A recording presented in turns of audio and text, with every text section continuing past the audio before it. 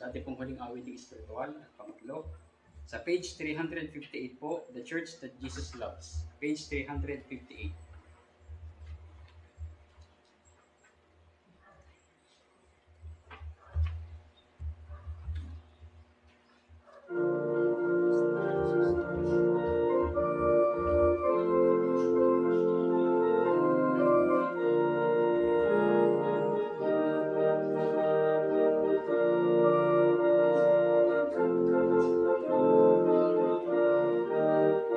The Church That Jesus Loves, sing.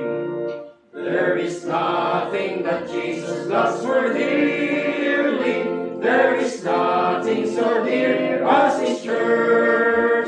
Oh, she's His very own ecclesia, which He founded while here on this earth. Oh, come, come, come, come, come to the church Christ established. Oh, come to the church which He loves.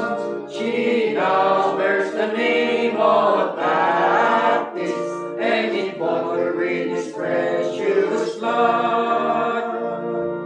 In my heart I believe and know more surely, she has still on God's word from her youth, ever holding the scriptures securely. She's the pillar and ground of the truth. Oh, come, come, come, come, come to the church Christ established. Oh, come to the church which He loves. She now wears the name of Baptist, and is bought with His precious blood. Oh, how Satan has tried to overcome her.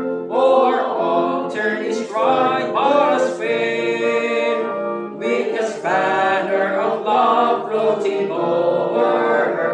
Evil forces shall never prevail. Oh, come, come, come, come, come to the church Christ established. Oh, come to the church which He loves. She now wears the name of Baptist, and He bought her with His precious blood. Last stanza. Oh, how bright is her future up in heaven, when our Lord called His church to His side. Oh, great honor to her shall be given, as she stands His beloved and His bride. Oh, come, come, come, come, come to the church Christ established. Oh, come to the church which He loves. She now bears the name of Baptist, and He bought her with His precious blood. Amen.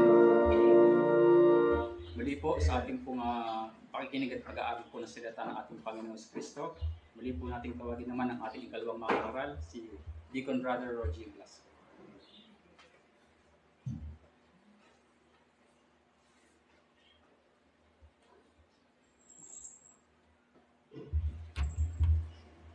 Kung mapagpala at mabiyayang hapon sa inyong mga kapatid, buksan po natin ang ating mga Bible sa John chapter 5.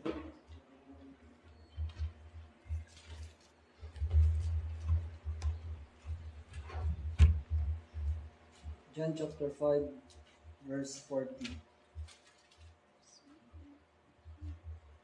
Po ang sabi, "And ye will not come to me that ye might have life." Sa Tagalog po, itong sabi, "At ayaw kayong magsilapit sa akin upang kayo magkaroon ng buhay." Ang pamagat po ng ating mahalagang pag-aaral ngayon ay yung continuation po ng ating No Exception on Man's Total Depravity, Part 2 po. Ang pag-uusapan po natin ngayon dito ay yung regarding sa man's will. Sumaglit po tayong manalangin. Aming Diyos na banal, kataas-taasan sa lahat. Aming Ama na nasa langit, marami pong muling salamat at kami pumuli ay inyong tinipon upang kami ay makasamba sa inyo sa Espiritu at katotohanan. Muli po aming Diyos ang aming dalangin ay ihanda niyo po ang aming mga puso at isipan. Inyo po kaming patnubayan sa aming gagawing pag-aaral na ito patungkol po sa inyong mga salita. Inyo pong ituro ito sa amin at kung po ay maging pagpapala sa bawat isa na nakakarinig at sa bawat mga kapatid na nandirito at sa aming pundako. Nawa po ay maging paraan ito upang tumibay ang aming mga pagtitiwala sa turo ng Panginoong Hesukristo na ito ang aming mga doktrina na siyang pinaniniwalaan, aming tinatayuan, aming ibinabahagi rin sa iba, Panginoon. Nawa po ay maging pagpapala ito sa amin. Muli po aming Diyos, nawa po ay kayo ay malugod sa aming gagawin paglingkod na ito, ay punawa ang maitaas, mapapurihan at papasalamatan. Kami po ay inyong kabayan sa pamamagitan ng banal na Espiritu. Aming Diyos, ito po ang aming dalangin sa pangalan lamang po ng aming Panginoong Hesus at tagapagligtas. Amen. Amen. Mga kakaupo na po.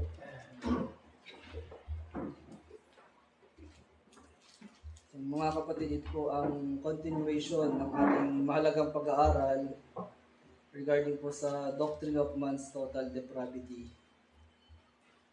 Noong nakaraang linggo ay ating natunghayan kung ano ang sinasabi at turo ng Biblia patungkol sa kaisipan ng tao, sa mind at sa puso ng tao, ang kanyang heart. Sa ating ginawang pag-aaral noong nakaraan ay nalaman at napatunayan natin na ang puso, ang heart at ang mind ng tao ay masama. Maaring nakakaisip o may damdamin na gumawa ng mabuti, ngunit hindi ito magre-resulta sa kanyang kaligtasan. Maaring naiisip niya na siya ay ligtas na o nararamdaman niya sa kanyang puso na siya ay ligtas na, pero ang sabi ng Biblia, ang kaisipan ng laman ay pakikipag-alit laban sa Diyos. Talking about man's mind, sapagkat hindi napasasaklaw sa kautusan ng Diyos ni hindi nga maaari. Yun po yung sabi sa Romans chapter 8 verse 7. At buong haka ng mga pag-iisip ng kaniyang puso ay pawang masama lamang parati. Talking about man's heart. Yun po ay sa Genesis chapter 6 verse 5. Dahil sa kanyang naging tamang desisyon gamit ang kanyang kaisipan o desisyon ayon sa kanya, decision making, ng kanyang mind, ayon sa kanya, noong siya ay tinanong ng bulaang pastor kung tatanggapin na ba niya si Kristo at kanyang papapasukin sa kanyang puso, ay naligtas na daw siya ayon sa kanya. Ngunit lingid sa taong ito, lingid sa kaalaman niya, na hindi naman nakaranas ng kapanganakang muli, siya ay nadaya ng kanyang puso. Ang puso ay magdaraya ng higit kaysa lahat ng bagay at totoong masama. Sino makakaalam? Ito ang sabi sa Jeremiah chapter 17 verse 9. Sa sarili niyang paningin ay tama ang kanyang naging paraan ng kaligtasan dahil nga daw pinatuloy niya sa kanyang puso si Jesus. Pero ating tandaan na every way of a man is right in his own eyes, but the Lord pondereth the hearts. Yan po ang sabi sa Proverbs chapter 21 verse 2. So, sumasang-ayon na lahat ng tao ay makasalanan. Maniniwala siya doon at nagkasala.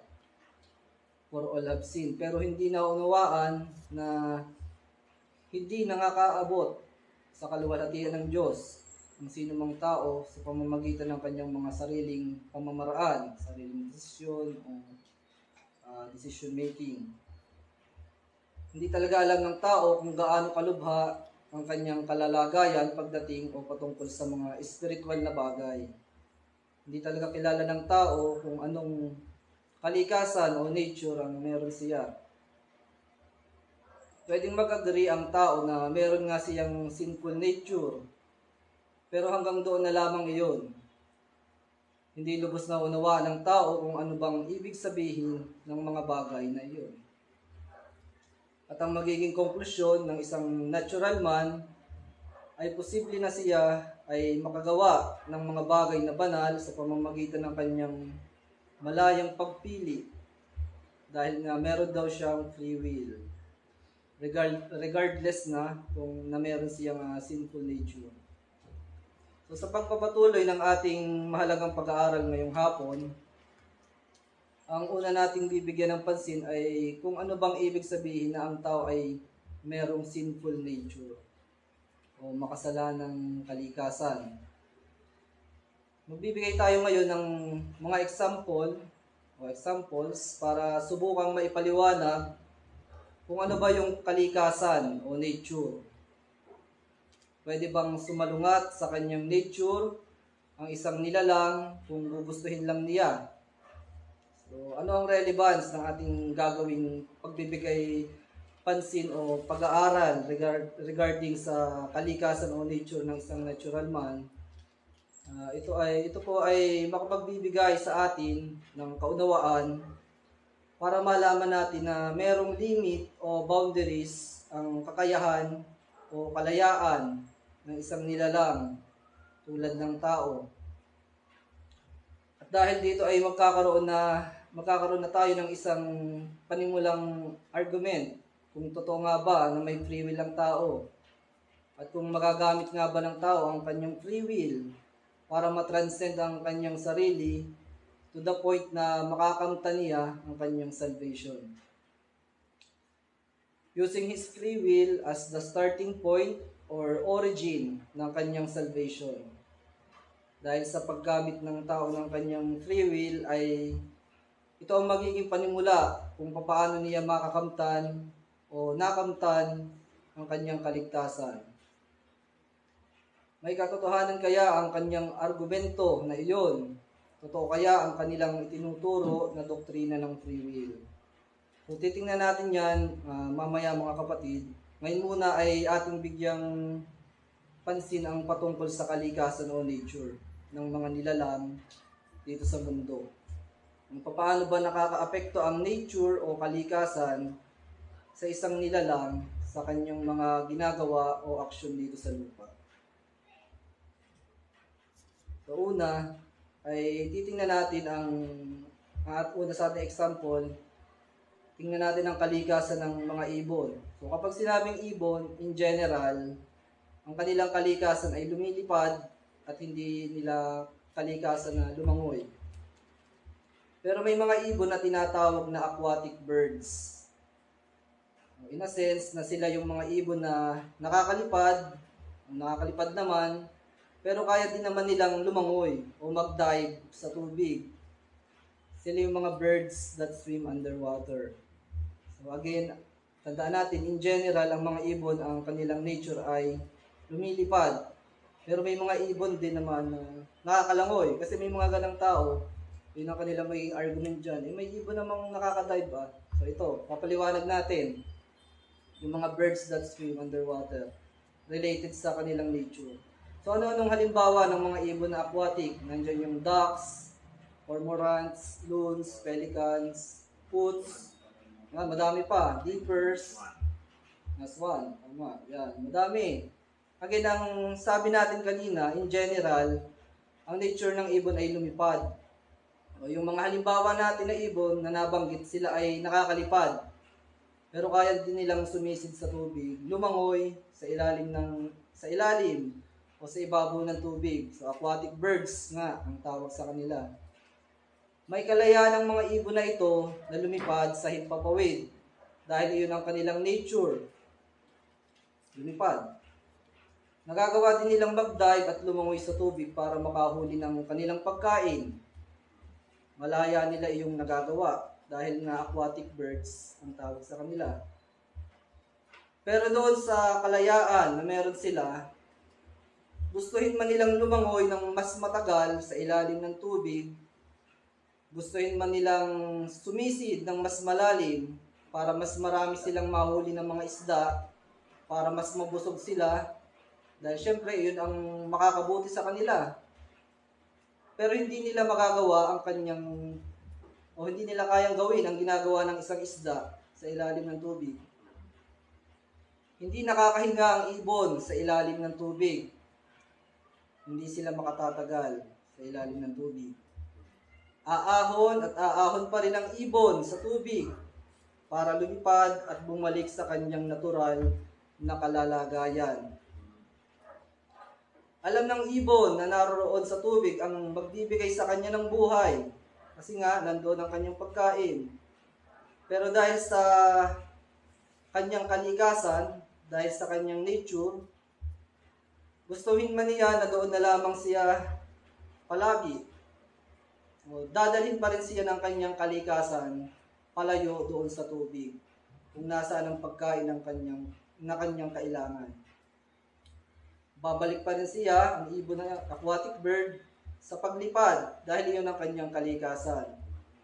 So we see mga kapatid, malaya siya na gawin ang mga bagay na iyon. Pero may boundaries, may limit pa rin, limitation. So iyon ang epekto ng tinatawag na nature o kalikasan ng ibon sa kanyang sarili. Ang natural man ay kaya makaalaman siya ng kailangan niyang magsisi at layuan ang kanyang mga kasalanan dahil nagkaroon siya ng head knowledge regarding salvation. Makagawa kaya niyang makatagal sa pagsunod sa mga utos ng Diyos. O tulad din siya ng isang aquatic bird, gustuhin mang makatagal sa ilalim ng tubig, aahon at aahon pa rin, babalik at babalik pa rin sa kanyang natural na kalalagayan. Dahil nga ito ang epekto o boundaries ng kanyang nature. Bound to its nature, limited due to the effects of his nature. So tuloy natin ang patungkol sa kalikasan ng ibon. Maging ang kalayaan ng isang ibon na lumipad ay meron pa ring limit o boundaries. Hindi maaaring lumipad ang ibon ng lalampas sa altitude na kaya niyang liparin. Pwede niyang subukan. Tulad noon sa isang uwak, kapag sinubukan ng uwak na liparin ang taas na nalilipad ng isang agila, ang sabi doon sa nabasa ko ay, the higher the eagle flies, the harder it is for the crow to breathe. Eventually, the crow falls due to the lack of oxygen.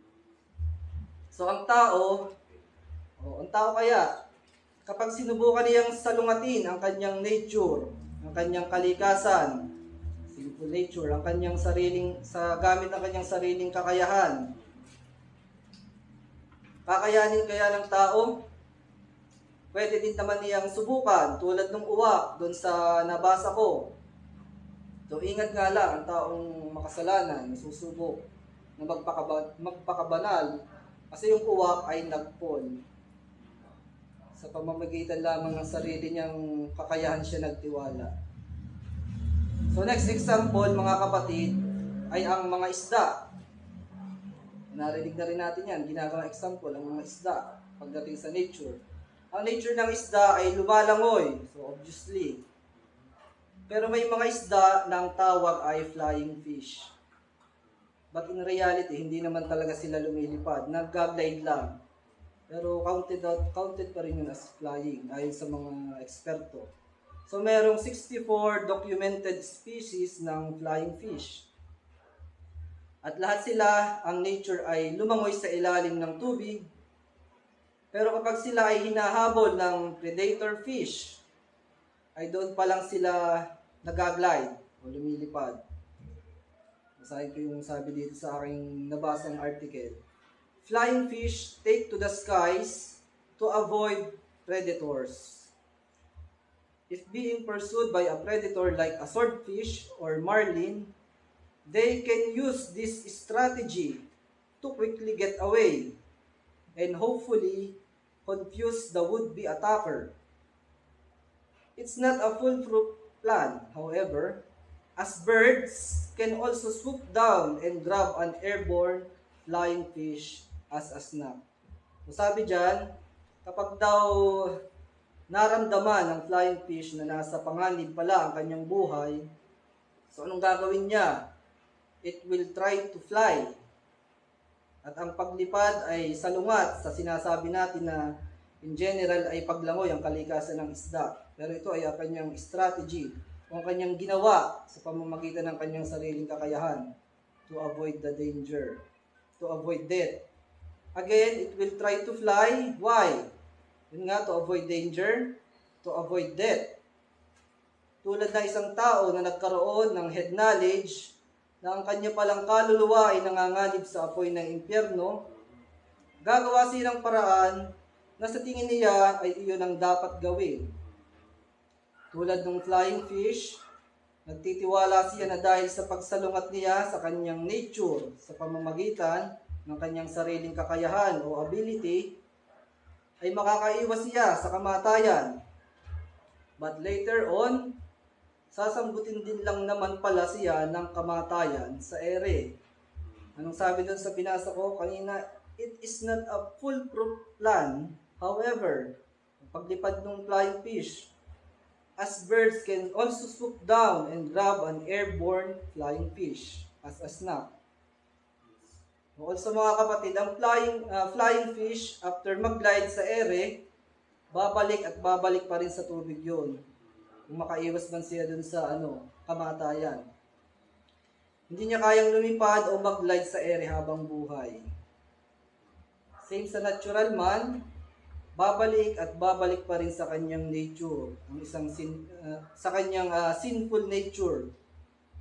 Kahit subukan niyang magpakabanal sa pamamagitan ng kanyang mga sariling pamamaraan at kanyang sariling katuwiran, babalik at babalik pa rin siya sa kanyang mga makasalanang kalalagayan o kalikasan. So, akala niya ay nakaiwas na siya sa kahatulan ng Diyos. Parang yung flying fish, akala niya ay nakaiwas na doon sa mga predator fish. Kasi sinalungat niya yung kanyang nature na paglangoy, lumipad siya sa ere. Yun pala sasambutin lang siya ng ibon. Ganun din sa natural man, akala nakaiwas na sa kahatulan ng Diyos dahil sa sarili niyang pasya, sarili niyang will. Ano kaya ending niya? So going back sa ating example sa nature ng isda, di ba ang isda naturally ay sa tubig nabubuhay? Sa freshwater at ang freshwater fish ay nabubuhay sa freshwater. At yun namang saltwater fish ay sa dagat o sa saltwater fish nabubuhay. So ang saltwater fish ay hindi mabubuhay sa freshwater. At yung freshwater fish ay hindi mabubuhay sa saltwater. Kita nyo kahit yung nature nila na sila sa tubig nabubuhay, may limit pa rin, may boundaries pa din. Hindi pa rin sila makakatakas doon. So, babasahin ko itong isang fact regarding to the nature of fish and their natural habitat.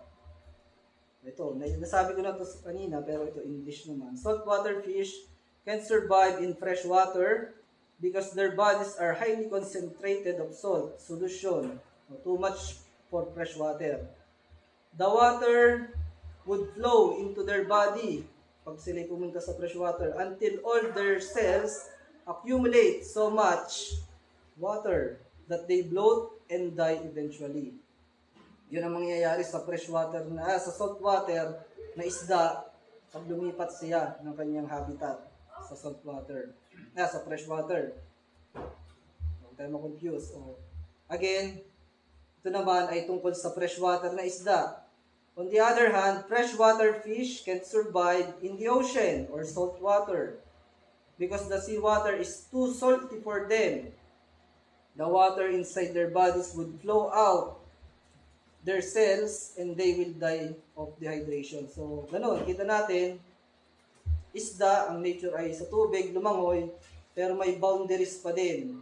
Kita natin, talking about nature and natural habitat. O diba sabi ng Biblia, tayo ay mga asin. So dito ito ay isang illustration lamang. Ito ating gagawin in relation to nature and natural habitat. tayo ng mga tunay na mananampalataya ay yung mga, kunwari tayo yung mga isda na nasa salt water. Ngayon naman ay yung mga unregenerated man, sila naman yung mga tao na may anyo lamang ng kabanalan, yung mga nagsasabing Christian daw, hindi naman talaga na regenerate, hindi na born again, dahil sila yung mga tumanggap, pero ligtas daw sila. Sila naman ang magre-represent, sila yung mga freshwater fish. So again mga kapatid, isang illustration lamang na ating gagamitin related sa kalikasan o nature. So kung isang freshwater fish, unbeliever, ay isasama dito sa atin, dito sa dagat, salt water, dito sa ating habitat, dito sa church ng Panginoon. Again, tayo ay mga saltwater fish, meaning nasa tubig ala tayo, itong ating habitat. O dito sa church, kapag may sumama dito sa atin na unregenerated na tao, o isda na freshwater, na nagsasabing siya ay mananampalataya din. Isa din daw siyang saltwater fish, nagpabaptize, na-attend, una, may anyo ng kabanalan, pero in reality naman ay hindi naman talaga siya isang saltwater fish. Ano kayang mangyayari sa kanya? Kung ating pagbabasihan yung regarding sa nature and natural habitat ng isang isda, ay hindi siya makatatagal dito sa atin. Ang sabi dun sa binasa ko kanina, on the other hand, freshwater fish can survive in the ocean or salt water because the seawater is too salty for them. We are too salty for them. And meron tayong mga natunghayan na ganyang tao. Recently nga, nagkaroon tayo ng church meeting regarding dyan. Nagkaroon tayo ng decision making as a church. So we won't go into details regarding that. Yun. Kumbaga may napasama dito sa atin na freshwater fish pala. Hindi niya kinaya. We are too salty for him. Siyempre, aalis yun. So going back sa ating topic, after natin na makapagbigay ng mga halimbawa concerning one's nature, we can easily come to the conclusion that no one can go against their own nature. This is simply proves, mga kapatid, na walang sino man ang makakasalungat sa kanyang kalikasan. Ang tao ay may sinful nature na namana natin kay Adan at kay Eva. So, simulan natin. Buksan natin ating Bible sa Romans chapter 5. Tungkol ito dun sa namana nating sinful nature. Romans chapter 5, verse 12. Ito po sabi, wherefore, as by one man, talking about Adam, sin entered into the world, and death by sin. And so death passed upon all men, for that all have sinned. Nung tayo ay nasa sinapupunan pa ng ating mga ina, tayo ay inanyuan na sa kasamaan at ipinaglihi sa kasalanan. Kaya tayo ay may sinful nature. Mababasa natin sa Psalm chapter 51. Psalm 51, verse 5. Masahin po natin. Psalm 51, 5. Ito po ang sabi, behold, I was shapen in iniquity, and in sin did my mother conceive me. Kaya hindi natin may pagkakaila na tayo ay merong sinful nature. At kahit sa ating sariling obserbasyon, nakikita natin na kahit ang mga bata na wala man nagtuturo sa kanila ay gumagawa na ng masama. Wala namang nagtuturo na manakit ng kalaro, walang nagtuturo na magsinungaling. Pero tayo ay nagugulat. Narinig natin na nagsisinungaling ng bata. So bakit? Gaya dun sa ating pinag-aralan regarding sa nature, ang nature ng isda, ng ibon, ang nature ng tao ay sinful. Mayroon tayong sinful nature. Ito ang kalikasan ng tao, makasalanan. Kaya kahit sa murang edad, ay nakagagawa na agad tayo ng mga kasalanan, ng mga pagsisinungaling. Mababasa natin yan sa Psalm 58, verse 3. Yung bata pa lamang ay nagsisinungaling na. Psalm 58, verse 3. The wicked are estranged from the womb. They go astray as soon as they be born, speaking lies. Kaya nga sabi ng title ng ating mahalagang pag-aaral, no exception. All have sinned. No exception. At lahat din, kung anong meron ang tao, ay no exception. Ay nahawa din yan sa kabulukan dahil sa kasalanan. Mind, heart, and will. Kaya ang tao ay totally depraved. We believe in the doctrine of total depravity. Pero sa kabila ng lahat ng mga katotohanan na itinuturo ng Biblia, may mga tao pa rin na hindi sumasang-ayon sa mga turo at aral na ito. Na actually mismong ang Panginoong Hesus pa mismo ang nagsabi at nagturo. Tapos hindi sila sumasang-ayon. Isa sa itinuro ng Panginoong Hesus ay iyang ng doktrina ng total depravity. Pero sa kabila nga ng lahat ng iyan, may mga hambog at mapagmataas sa Diyos na mga tao na magsasabing, hindi totoo yan. Ang tao ay hindi totally depraved ayon sa kanila. Dahil ang tao daw ay may kalayaang pumili at magdesisyon. Ang tao ay may free will. Totoo na ang tao ay nakakapamili, gaya ng ating mga naging halimbawa kanina, regarding sa kalikasan o nature. Malayang makapamili o gumawa ayon sa gusto nila. Pero hindi nakita, pero nakita nga natin na ang kalikasan o nature ng isang nilalang ay mayroong limitation and boundaries. Makakapamili ka lamang based o limited only to your nature and natural habitat. Outside sa iyong nature and natural habitat, ay imposible na iyon. Hindi ka makakatagal, sabi nga natin kanina. It's either the altitude is too high for you and you will fall due to lack of oxygen, or because the ocean is very salty for you that you won't survive. Sabi dun sa ating mga naging examples and illustrations kanina. Hindi nila kakayanin ang standard ng Diyos because it's too high. Perfect obedience. Tapos ang meron lang sila ay self-righteousness. At hindi nila kakayanin na makipag-fellowship dito sa atin. Dito sa tunay na iglesia ng Panginoon. Dahil it's too salty for them. Mga asin ng sanglibutan, ang members ng tunay na iglesia ng Panginoon. Hindi sila makakasurvive sa mga aral at doktrina dito.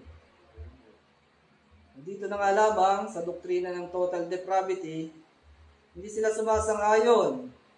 Isang malinaw na patunay na hindi nila kakayanin na makatagal sa mga tunay na aral at turo ng tunay na simbahan ng Panginoon. Ilalaban nila na may kalayaan daw ang tao na pumili. May kalayaan daw ang tao dahil nga daw may free will. So ano pa ba ang sabi ng Biblia patungkol sa free will? Malaya nga ba ang will ng tao? O tingnan natin, basahin natin sa 2 Timothy chapter 2 verse 26. 2 Timothy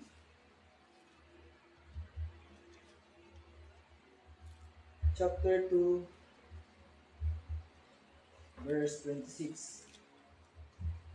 And that they may recover themselves out of the snare of the devil, who are taken captive by him at his will, at sila'y makawala sa silo ng dyablo na bumihag sa kanila ayon sa kaniyang kalooban. Kung nasa silo pala ng dyablo, Tapos bihag pa. Captive by him at his will. So masasabi ba na malaya ka kapag ganyan? So another verse. Sa John chapter 8, verse 44. John chapter 8, verse 44. Ito po ang sabi regarding sa will. Kung malaya ka nga ba? Ito ang sabi, ye are of your father, the devil. Aba, children of the devil pala sila. And the lust of your father, ye will do. Kayo sa inyong amang Diablo, at ang mga nais ng inyong ama, ang ibig ninyong gawin. So tuloy natin ang basa. He was a murderer from the beginning, and abode not in the truth. Hindi pala talaga tatagal ko sa truth. Because there is no truth in him. When he speaketh a lie, he speaketh of his own. For he is a liar, and the father of it. So, yan. Kayo sa inyong amang Diablo, at ang mga nais ng inyong ama, ang Diablo daw, ang ibig ninyong gawin. So masasabi ba na may kalayaan kapag ganyan? Yung gagawin daw ay yung nais ng inyong amang Diablo. Kasi nga, sila ay captive, hindi malaya. Sila ay nasa silo ng Diablo. Tapos yung will, hindi yung kanilang will ang kanilang gagawin. Sabi dyan, ang will ng Diablo, kanilang ama. So ang Panginoong Hesus na mismo ang nagsabi, kapag nagkasala o gumawa ng kasalanan ay isang alipin. Kapag ba sinabing alipin, may kalayaan ba yun? Malaya ba kapag sinabing slave o alipin? Isahin natin sa John, ulit, chapter 8. John chapter 8, verse 34. Ang sabi, anong Jesus mismo ang nagsalita dito? Jesus answered them, verily, verily, I say unto you, whosoever committed sin is the servant of sin. Sa Tagalog, para mas malinaw, sinagot sila ni Jesus, katotohanan, katotohanan, sinasabi ko sa inyo, ang bawat nagkakasala ay alipin ng kasalanan.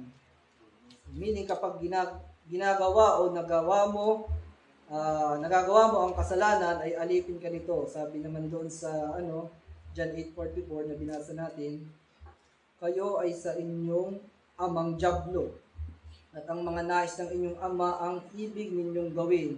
So in other words, anak daw ng Diablo, mga gumagawa ng nais ng Diablo.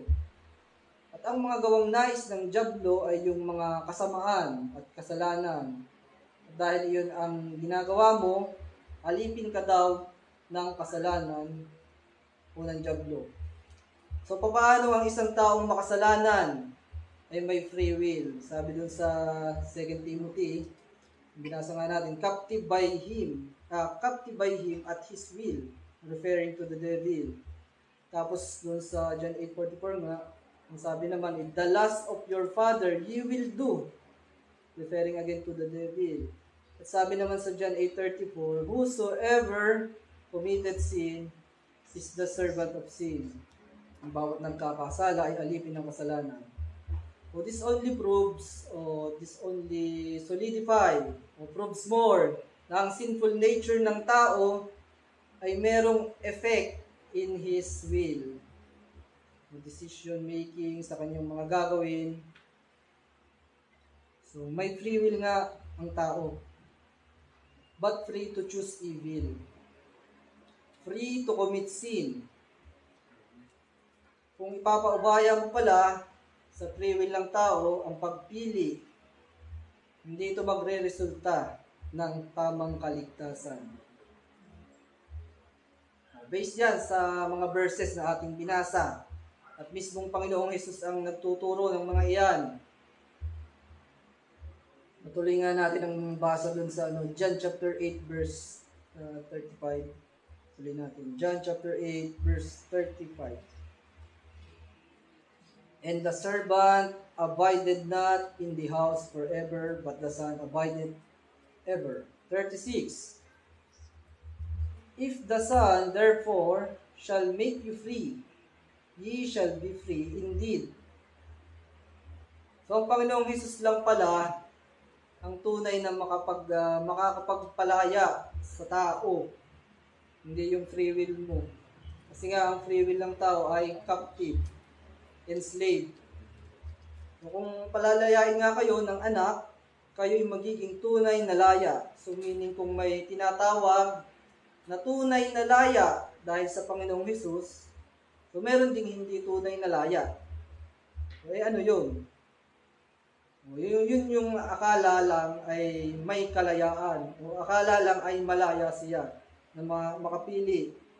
Akala lang dahil sa free will, maliligtas, magkakaroon ng kaligtasan. So napatunayan na natin na ang will ng tao ay in bondage, captive at servant ng sin. Again, yung sa 2 Timothy chapter 2, verse 26. Tapos yung binasa natin sa John chapter 8, verse 44 at John 8:34. Ang bawat nagkasala ay alipin ng kasalanan.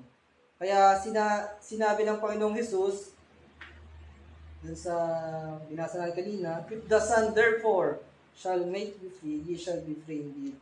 So naniniwala tayo dito sa tunay na iglesia ng Panginoon na ang kaligtasan ay sa Panginoon. Salvation is of the Lord. Sabi sa John chapter 2 verse 9. Hindi ito ayon sa personal na desisyon o sariling gawa ng isang taong makasalanan kung bakit siya nakasumpong ng kaligtasan.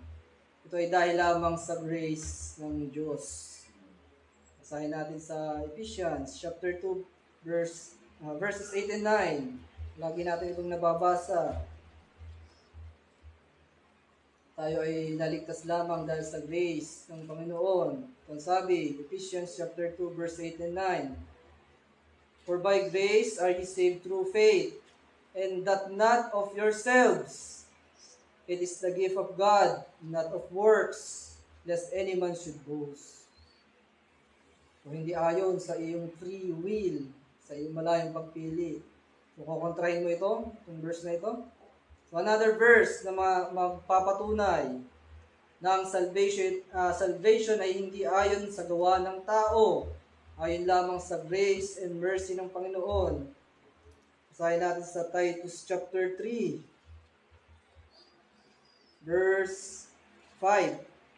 Titus chapter 3, verse 5. Ang sabi, not by works of righteousness which we have done, but according to His mercy, He saved us by the washing of regeneration and renewing of the Holy Ghost. So, yan ang malinaw sinabi, hindi ayon sa righteousness na ating ginawa. O, tingnan pa natin mga kapatid sa liwanag ng Scriptures, kung kanino bang will ang masusunod pagdating naman sa salvation. Yun bang itinuturo ng mga bulaang pastor at mga ngaral na free will ang siyang gaganapin ng Panginoong Hesus o yung will ng Ama na nasa langit ang masusunod?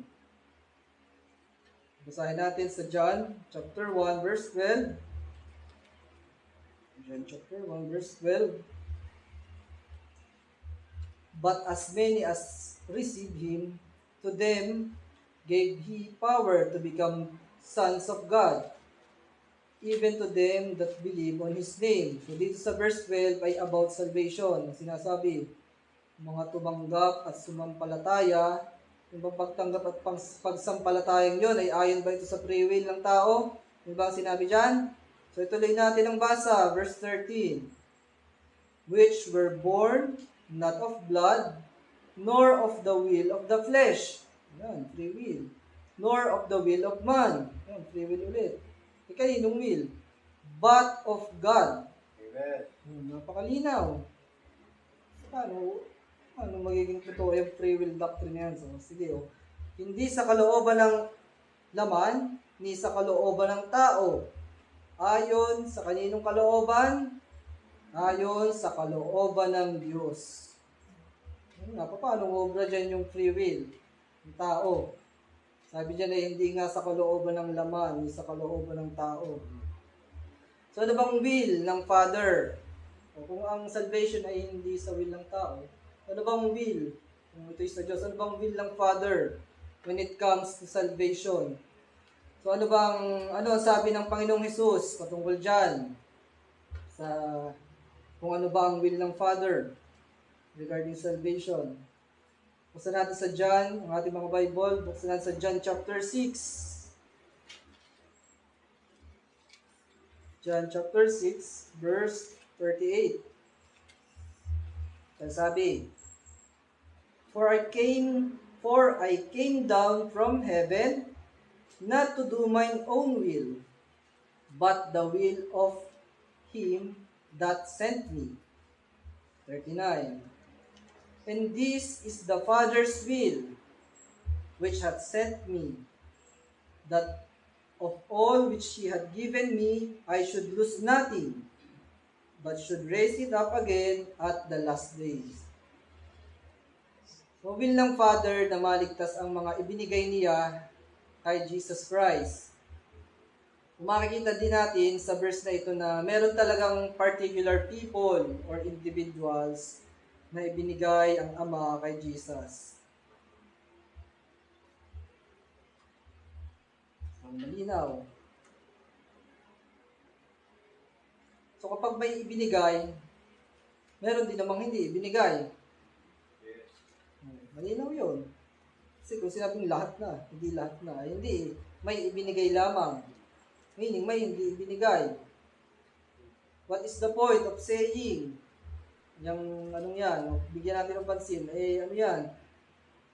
Mga ibinigay, kung lahat naman ay maliligtas ayon sa kanila. So meaning, may ibinigay at hindi ibinigay sa anak. So ito ay isa pa sa ating doktrina na pinaniniwalaan, yung particular redemption. Pag-aaralan din natin ito mga kapatid sa darating na linggo, God's willing. So going back sa ating topic, atin lang napansin yun kasi sabi dun sa verse, may ibinigay, meaning nun, may hindi ibinigay. Another doctrine natin yan na pinaniniwalaan. Pag-aaralan din po natin yan sa mga darating na linggo. So going back sa ating topic ngayon, mga kapatid, so at this point siguro naman ay malinaw na sa ating lahat na ang natural or carnal man ay walang kakayahan na gumawa o magdesisyon ng labas sa kanyang kalikasan o nature. Sa punto ito mga kapatid ay maliwanag na sa atin kung bakit ito ang kapahayagan ng ating Panginoong Hesus dito sa ating teksto. Sa John chapter 5 verse 40, itong ating text. And ye will not come to me that ye might have life. Sabi nga natin sa ating illustration, sa ating example, hindi talaga makakalapit o hindi makakapunta ang isang fresh water na isda sa salt body of water. So no exception. Mind, heart, and will ng tao. Lahat ay nahawa ng kabulukan ng kasalanan. Kaya yan ang tawag natin dyan ay man's total depravity. Sa ating pagtatapos, tayo ay magbibigay pa ng ilang mga verses para mas pagtibayin pa ang mga katotohanan ito ng aral ng total depravity na mismo ang Panginoong Hesus ang nagturo. Simulan natin sa John chapter 6 verse 44. So malinaw dito na ang tao ay totally depraved at walang kakayahan. Basahin po natin John chapter 6 verse 44. No man can come to me except the Father which hath sent me draw him, and I will raise him up at the last day. So bigyan natin ng pansin ang salita o ang word na can. Can speaks about the ability to act. It means to be able to do something or that some action will be done in the future. Also, it's used to talk about the things that are allowed and to make requests and even to talk about the possibility of doing something. Yan ang definition ng can. Para bang sinasabi mo dyan na, I can walk, I can run, I can swim, I can dance. So, kaya niyong gawin. So, nung sinabi ng Panginoong Jesus na no man can come to me, kung may tao kayang makakalapit sa Kanya, ano kaya? Tingin nyo. Panginoong Jesus na nagsabi niyan, no man can come to me. Kung may tao kayong makakalapit sa Kanya, so clearly, wala. Why? So because Jesus said, ito pa, bakit kaya hindi lalapit ang tao talaga, yung tunay na paglapit? So, basahin natin sa John chapter 3, verse 19.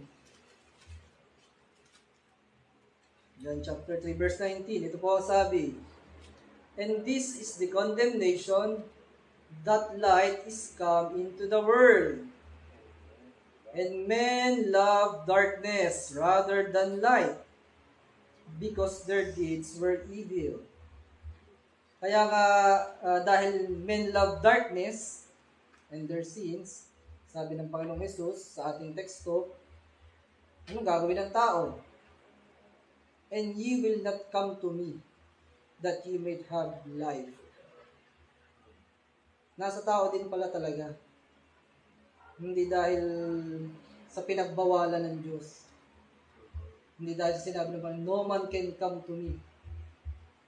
Kasi sabi dyan, men love darkness. Kaya ang conclusion, and ye will not come to me, that ye might have life. Sabi ng Panginoong Jesus. Yung pala, yan ay dahil dun sa sinful nature. Hindi talaga siya makakagawa o makakalabas sa sarili niyang kalikasan.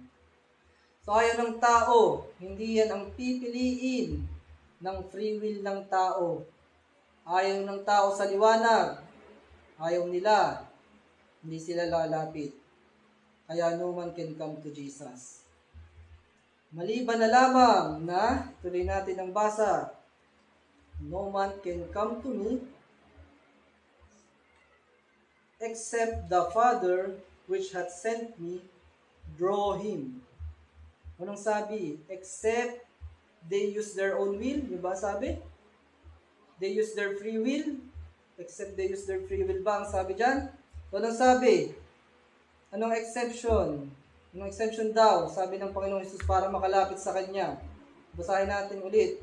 John chapter 6 verse 44. Basahin natin buong verse. No man can come to me except the Father which hath sent me draw him.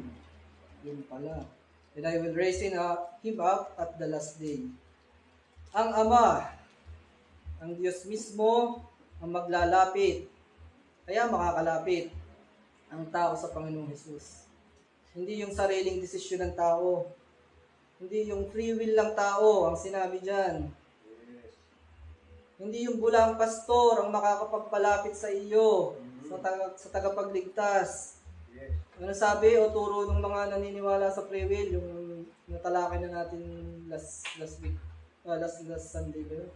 Sabi ay, salvation makes easy, A, B, C, D. Ayon sa bulang pastor, A, accept, B, believe, C, confess, at yung D, decide. Makakapag-decide. Decide now. Decide now using your free will. Malinaw kasi nangalingan yung ganyang turo. Maling doktrina ang man's free will. Yung doktrinang yan, ang kanilang ginagamit at itinatapat sa doktrina at turo ng Panginoong Hesus. Talagang mga suwail ang mga taong iyan. Kala nila ay tayo ang kanilang kinakalaban. Tayo ba ang nagsabi na walang kakayahan at magagawa ang tao? Tayo ba ang nagsabi na hindi makakalapit ang tao sa Panginoong Hesus? Kala nila ay tayo ang kanilang sinasalangsan sa paggamit ng man's free will doctrine na panglaban sa doktrina ng total depravity na itinuturo ng Panginoong Hesus. So hindi tayo ang nagsabi niyan. Ang Panginoong Hesus mismo ang nagsasalita at nagtuturo niyan. No man can come to me except the Father which hath sent me, draw him. Nakiki-Lord, Lord sila, pero yung turo mismo ng Panginoong Hesus, hindi nila tinatanggap. Hindi nila pinaniniwalaan. Tapos mag-iimbento pa ng doktrina ng tao na kaya daw magdesisyon, yung doctrine ng free will. Ang willingness ay hindi sa tao nagmumula. Ang willingness ay galing pa rin yan sa Diyos. Amen. Basahin natin yan sa Psalm chapter 110. Psalm 110, verse 3. Ang willingness ay hindi nanggagaling o nagmumula sa tao. Ang willingness ay galing pa rin sa Diyos. Psalm chapter 110, verse 3. Sabi dito, thy people shall be willing in the day of thy power. Yun pala. Kaya magiging willing, hindi dahil pinilit ng pastor, hindi dahil pinatanggap. Ibig sabihin, maling salvation. Kapag ganun. Another verse, Romans chapter 9, verse 16. Romans chapter 9, verse 16. Tingnan natin. Paano pag ginusto? Nagkaroon siya ng will. Ayon sa kanya. Another verse, Romans chapter 9, verse 16. So then, it is not of him that willeth, nor of him that runneth, but of God that sheweth mercy. Sa Tagalog, kaya nga hindi sa may ibig ni hindi sa tumatakbo, kundi sa Diyos na naaawa. Ang mga tunay na ligtas na naniniwala na kaya sila nagkaroon ng kagustuhan o kalooban ng will, yun ay dahil doon sa power ng Diyos na sinasabi sa Psalm 10, verse 3. Thy people shall be willing in the day of thy power. Yun ay yung kapangyarihan ng Diyos which worketh in us. Na mababasa natin sa Philippians. Basahin po natin. Philippians chapter 2 verse 13. Lagi din natin itong nababasa. So sabi Philippians chapter 2 verse 13, sapagkat Diyos ang gumagawa sa inyo maging sa pagnanasa at sa paggawa ayon sa kanyang mabuting kalooban. Sa English, for it is God which worketh in you both to will and to do of His good pleasure. Ang doktrina ng total depravity ang nagpapakita sa atin na wala ni katiting na bahagi ang tao pagdating sa kanyang kaligtasan. Ito din ang siyang makapagbibigay ng lahat ng kapurihan, karangalan, pasasalamat, at siyang magtataas sa pangalan ng Diyos na siya namang nararapat. Ito ang magtuturo at magpapaalala sa atin palagi kung gaano tayo kapalad na tayo ay hinirang para sa kaligtasan. Ayon lamang sa sovereign will ng Diyos. At wala tayong may pagmamalaki na ginawa kung bakit tayo naligtas. At tayo ay matututong magpakababa sa harapan ng ating dakilang Diyos. Hindi tayo makakapagmalaki. Dito din sa doktrinang ito, mas ma-appreciate natin ang ginawang sakripisyo ng ating Panginoong Hesus doon sa krus ng Kalbaryo. Nalaman natin na kung walang ginawa ang Diyos, ay hindi tayo maliligtas. Tanging sa Diyos lamang. Salvation is of the Lord. Salamat sa Diyos at binigyan niya tayo ng kakayahan.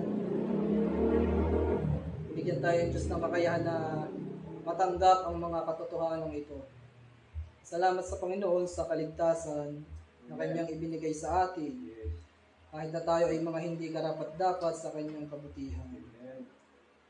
Dapat lang napasalamatan natin ang ating Panginoong Hesus dahil kahit tayo ay patay dahil sa kasalanan, ay binuhay niya tayo. Ang ating mind, heart, and will ay tainted with sin. Mula ulo hanggang paa ay marumi tayo. Nandun yan sa Isaiah.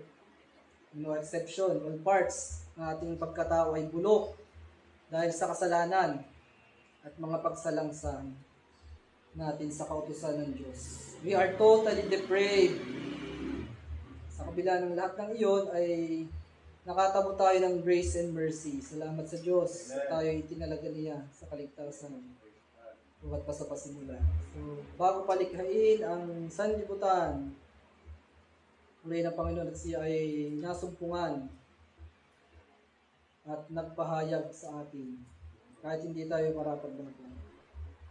So nawa ay sa pamamagitan ng mensaheng ito ay ilapit din ng Ama ang sino mang nakarinig na tupa ng Panginoon, naliligaw pa, mga lost sheep, masumpungan at mahayag nawa sa inyo ang ebanghelyo ng Panginoong Hesus.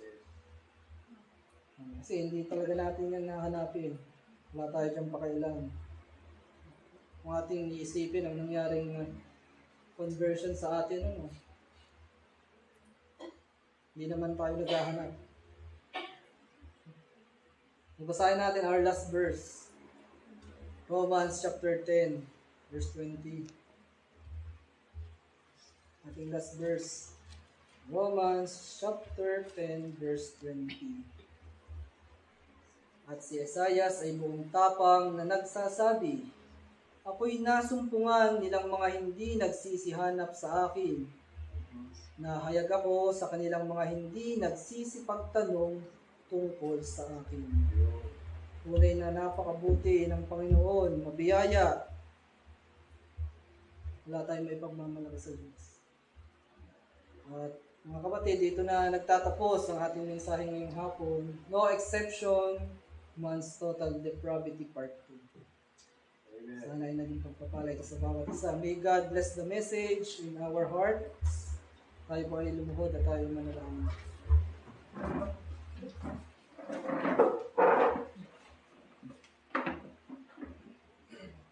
Ang Diyos na damay, tataas-taasan sa lahat. Aming mananasalamat. Maraming salamat sa mensahe na inyong pinahayag sa amin. Kami ay nagagalak sa aming mga puso. Aming nalaman na tunghayan na kami pala talaga ay walang kakayahan na lumapit sa inyo. Dahil lamang sa inyong grace and mercy, kaya kami ay naligtas. Kaya kami ay nandito ngayon na naglilingkod sa inyo, sumasamba, ayon po sa inyong kalooban. Salamat po Panginoon sa paglalagay ng will, ng kagustuhan, ng pagdanasa, na kayo ay aming hanapin, na kayo ay aming paglingkuran. Salamat din po sa paglalagay ng kakayahan sa amin upang pagsisihan ang aming mga kasalanan, upang talikuran ang mga ito. Maraming po salamat sa inyo, Diyos. Salamat din po sa paglalagay sa amin ng pagkagusto sa inyong mga salita. Salamat sa paglalagay ng pananampalataya sa amin, Panginoon. Ang pananampalataya na nakakapagligtas. Maraming salamat. Nawa, Panginoon, ay patuloy mo kami i-preserve. Patuloy mo kami pagtibay sa mga doktrinang ito. Nawa, ito ay aming ipagtanggol laban sa mga turo ng mga kaaway, Panginoon. Nawa, yung bahagi din namin ito sa iba, sa aming mga kapamilya. Patuloy din po namin silang itinapanalangin. Nawa ay matutagin ang kanilang kaligtasan. Kung ang isa man po sa kanila ay matutagin ninyo. Nawa ay matutagin po namin ang kanilang kaligtasan. Aming Diyos, maraming salamat. Pagulong ito, sa doktrinang ito ng aming Panginoong Hesus, ang total depravity. Ito ay nagpapaalala sa amin para magpakababa at hindi magmalaki sa inyong harapan. At kayo ang maitaas ng aming Diyos. Maraming salamat. Hindi po na kayo butin ng aming Diyos. Mga Panginoon ay maging pagpapala ang mensahe ito sa mga nakarinig, sa mga dako, pwede sa mga kapatiran, dito sa Iglesia sa San Pablo, sa mga kapatiran sa mga dako, naway patuloy na maging matibay sa mga doktrina. Preserve po kami sa mga doctrines and morals, Panginoon. Preserve na kami sa truth at patuloy po kami gabayan ng banal na Espiritu ng mga tunay na Iglesia, Panginoon. Maraming salamat dahil sa mga doktrinang ito ay pinapakita o naghahayag kung sino ba ang mga mapagkunwari, ang mga hindi makakatagal, Panginoon, sa inyong mga araw. Maraming salamat. Nawa ay hindi pagpapala ito sa bawat isa. Ay po Panginoon na papurihan, papasalamatan, maitaas Panginoon. Sa pangalan lamang po ng aming Panginoon Hesus at tagapagligtas, ito po ang aming dalangin. Amen. Amen. Awitin po natin ang doxology. Praise God from whom all blessings flow. Praise Him, all creatures here below. Praise Him above the heavenly hosts. Praise Father, Son, and Holy Ghost. Amen. Amen. Amen.